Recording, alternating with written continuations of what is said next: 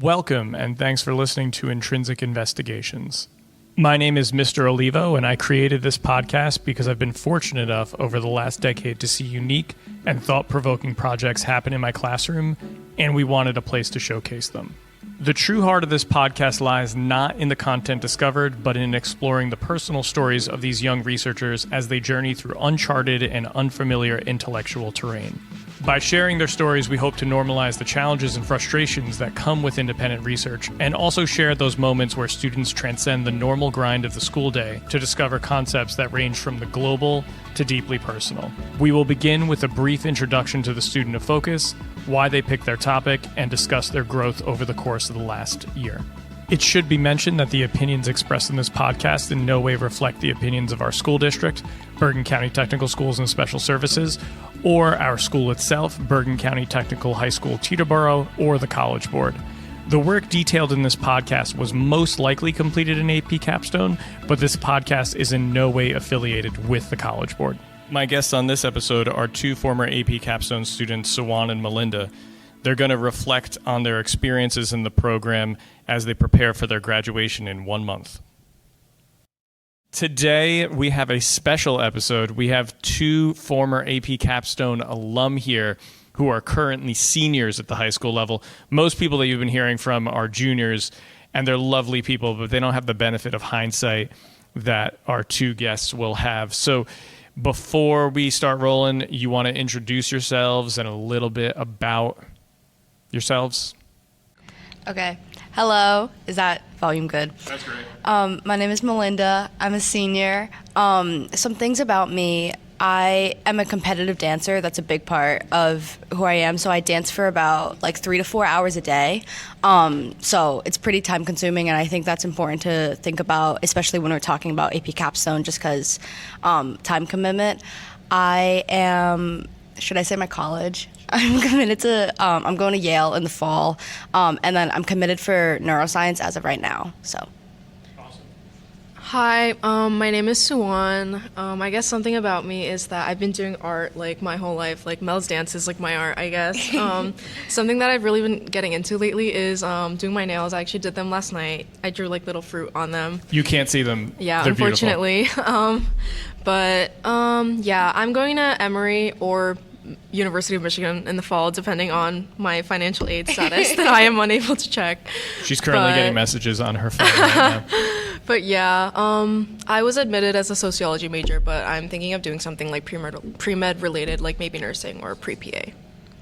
Awesome. Thank you so much. Now, Mel, I didn't realize you danced 3 to 4 hours a day.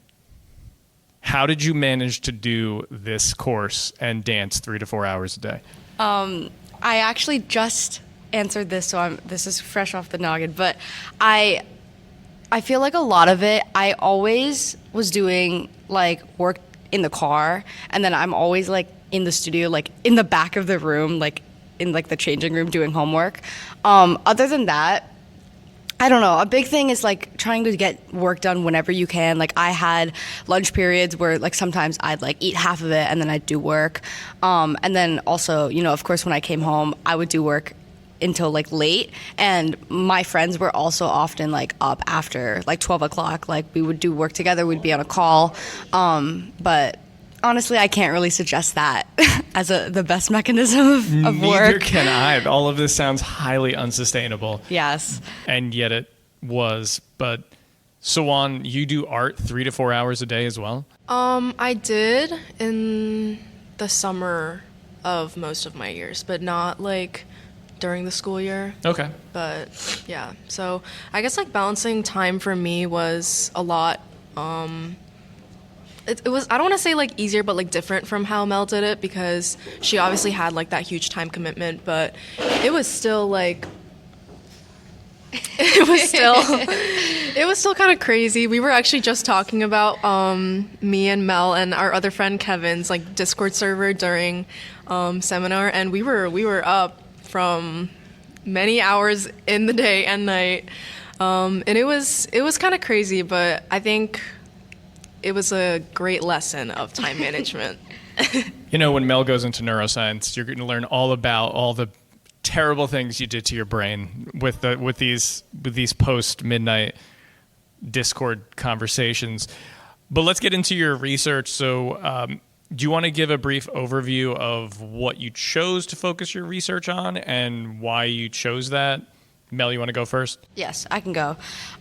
So my research was on schizophrenia stigma and how it's perpetuated on social media.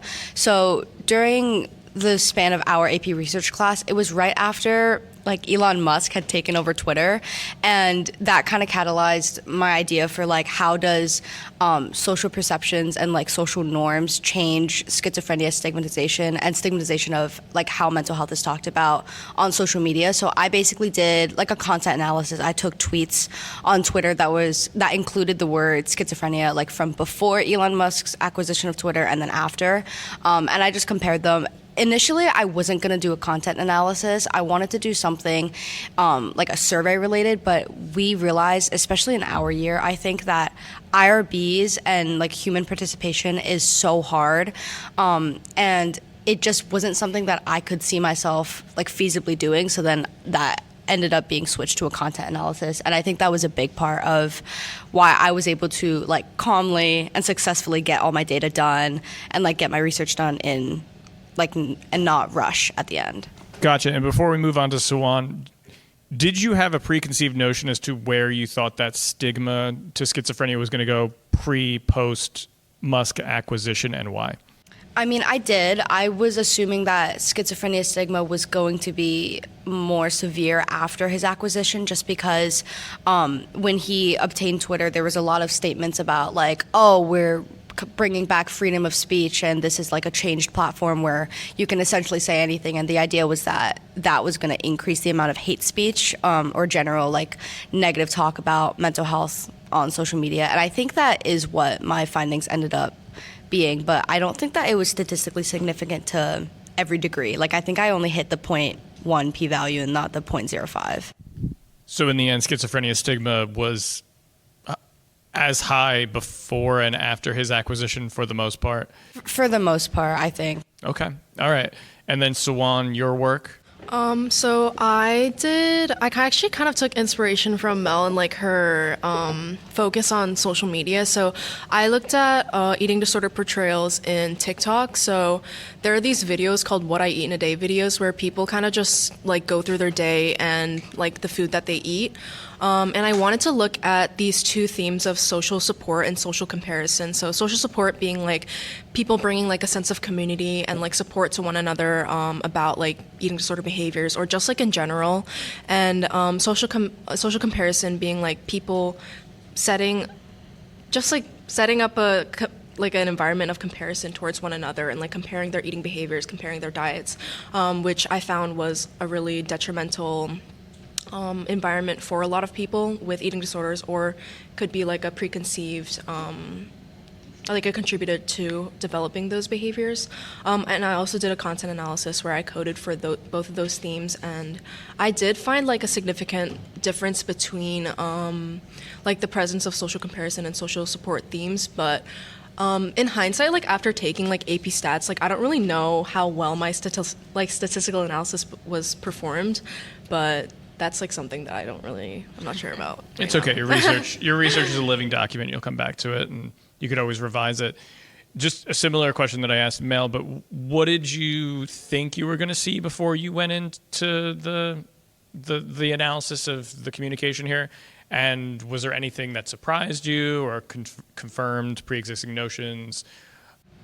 So I definitely thought that like social comparison would be a more prevalent theme, just because I kind of associate like social media with being a little bit like detrimental to people's like mental health and like having these like negative themes like within a lot of the content. But I actually did find that social support was more prevalent, and I talked about this like in my conclusion and my discussion, but I think this is kind of like due to like content like restrictions that are put in place.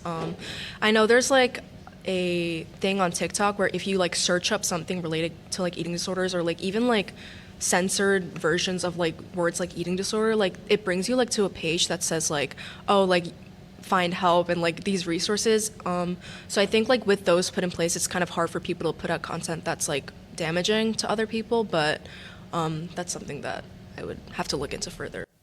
Okay, yeah. And what's interesting about the two of you compared to other people who've been on this podcast at this point is you're really a year out from your work being done. So it's May right now. Your work was done last May. Is there anything about the process or the findings that you carried with you in the last 365 days? Or was it just, okay, it's done, and I'm just not thinking about Elon Musk and schizophrenia or Tumblr and eating disorder communication? I can talk about one thing about the process. I spent, I think, a full week. I did nothing but this for the entirety of one of our breaks.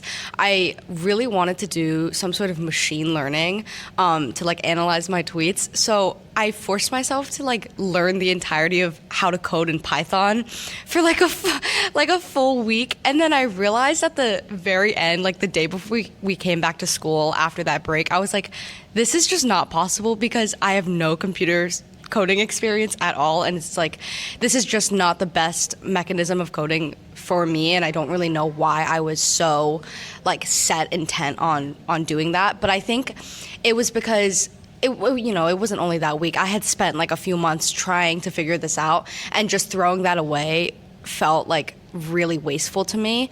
But I think I realized if I had just switched earlier on, I would have had a lot more time in the long run, and I did end up switching and it was better. But then during my college application process, there was one essay that I was working on. Similarly, I had put a lot of time towards it, and I just thought to myself, I was I cannot allow myself to repeat what I did last year. So I just ended up letting myself switch gears, change directions, and I think that it's a good lesson that I've taken away. So if I'm understanding you right, it's just this idea that you're more comfortable with sunk costs. You're able to walk away from if you sink your time into something, you can easily walk away from it more now than you could have previously. Yeah, I think that's a good evaluation. That's hard for people to do. That's why it's a logical fallacy. So and it's an interesting takeaway. I wasn't expecting you to go there, but that's cool. Suan, what do you think? I think when I was doing my research, I kind of felt pressure to do a statistical analysis because I felt that's what a lot of people in my class were doing, and just in the course that was kind of taught. But I think looking back, I tried to really quantify and make it a numerical thing of the presence of these codes, but in reality it was very more conceptual.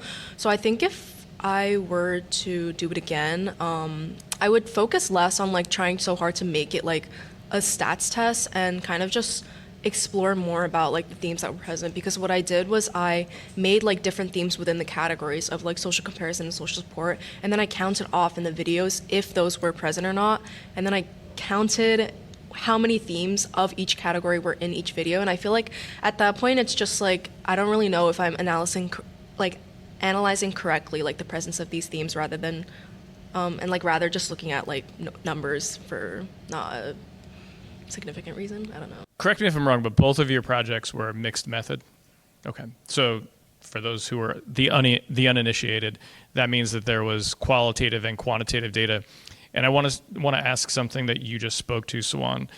Do you think that schools in particular have a quantitative bias? Because you felt this pressure. I maybe it's something I don't talk about enough, but you don't have to use numbers ever. You could do a qualitative analysis, and that's going to tell you something. But do you feel there is a pressure to use numbers? I come from a bio background. You can't get away with running an experiment without using some kind of numerical representation. And I understand that. I understand there's a time and place for it. But do you feel there's even a push in other disciplines where there has to be some number?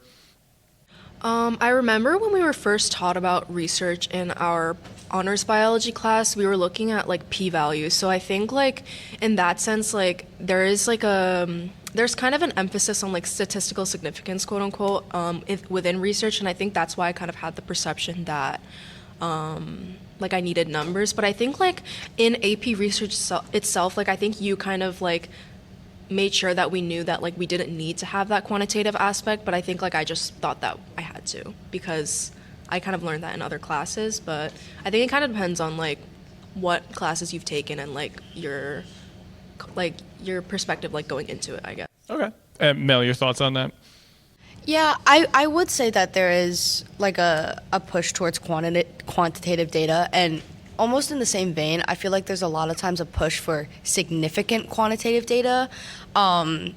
Because for me, I mean, my numbers, I don't think were super statistically significant, and I was stressing because I was like, oh, my research didn't really work. But I think that doesn't mean that it didn't work. It just means that you found something that wasn't statistically significant. That is still a finding. I think that's a really big misconception in AP research. I know a lot of my friends were struggling with that too. But yeah, in terms of mixed method, I think that we also just see qualitative data less. We don't really know what it means to analyze words in the same way that we know, oh, this is just a stats test. That's just the easiest way. But yeah, I think I agree with you.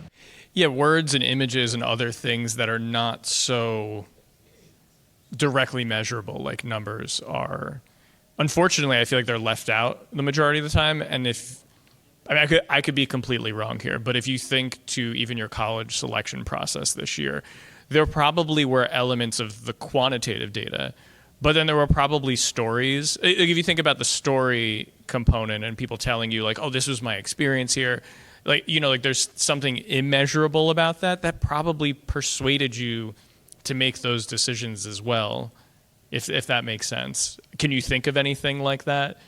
Were you removed by the quality of something as probably as much, if not more so, than just the hard numbers of the college process?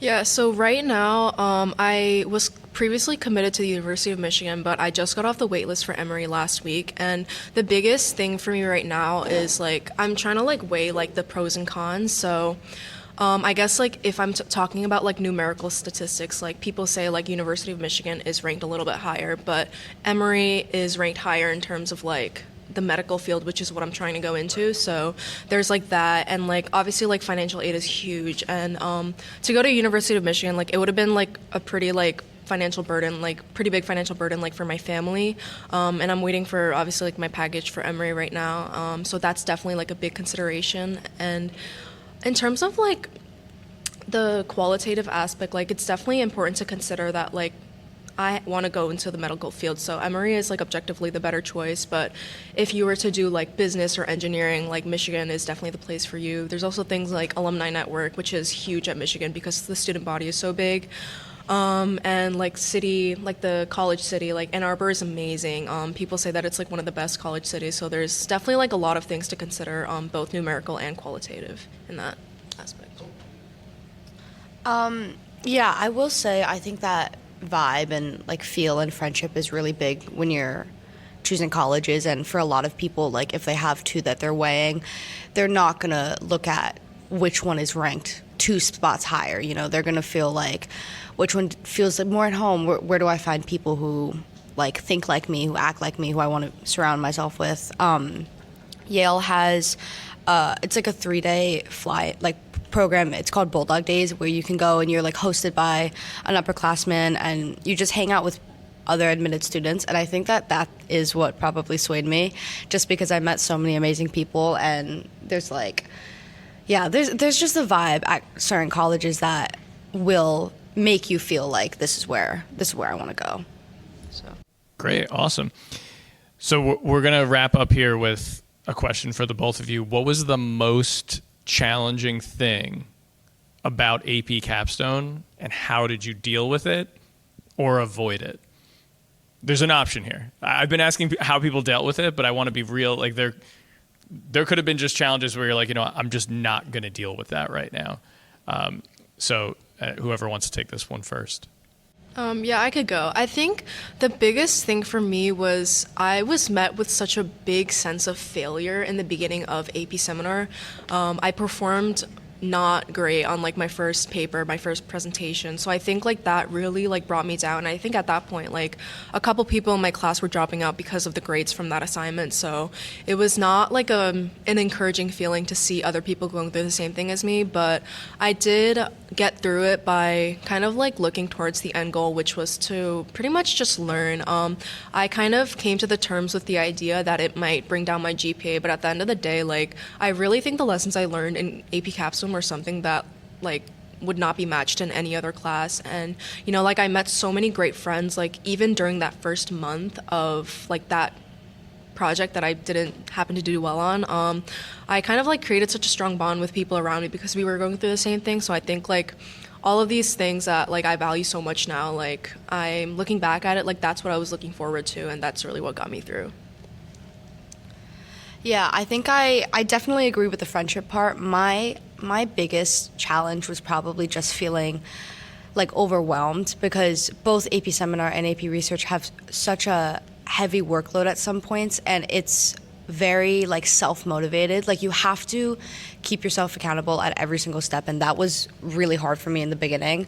And I think the way I overcame that was, you know, similar to Suan, was with friends.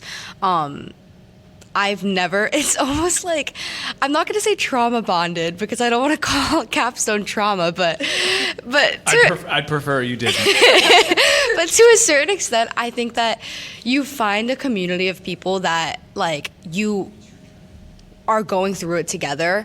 And, you know, that's something that now I look for, like, especially, you know, I hate to keep talking about college, but like during college, the college application process, I was looking for people who were like doing the same things as me, who were struggling with the same problems. We were all being crushed writing essays, and then we were on calls writing essays together. And that is, I think, probably the main reason why I got through Capstone. Thank you, Suan, for reading all of my papers and being on call with me for hours. But yeah, I mean, I think that you also learn something from that, just being able to depend on the people around you, and also, you know, develop your own sense of how to keep yourself like on track. I see what you're saying. It's almost as if because you were faced with something that was difficult, you had to form bonds with other people to overcome that difficulty. And I think that speaks to a larger problem, is like when things are easy, you can kind of just be siloed off into your own world, and you don't really, I don't know, make any connections. I don't know if I'm making a supposition here. You could tell me that I'm wrong, but you don't make connections with other people that are meaningful because it's like kind of like you're all just going through the easy motions. So why put forth any additional effort even to forming those relationships? Yeah, I agree. I think Capstone is not an individual course. Like you have to go through it with people. I did not, you know, if you took the ratio of the amount of conversations I've had about Capstone with like the amount I've had about, you know, like even like AP Bio, it's vastly different, and you have to adjust to the idea that like you need people with you, and that's like how you're gonna help each other and help yourself. And even I think like AP Seminar and AP Research are a little bit different, because in AP Seminar, like you guys are doing like the same project, even if it's like a little bit like individualized. But in AP Research, like you're completely like doing your own thing. But even then, like you're so connected to other people because of like the experience, I guess, of doing research is so, I don't know, it's not like anything else. So I think like the fact that like you're going through it the same exact time as another person, like, and like the deadlines and the deadlines set are like the same, but everyone's still at their own pace. But I think like just that sense of community that is formed through like that shared experience is really important. We're running a little over time, but you both keep bringing up really good points. So I'm actually going to close with this question.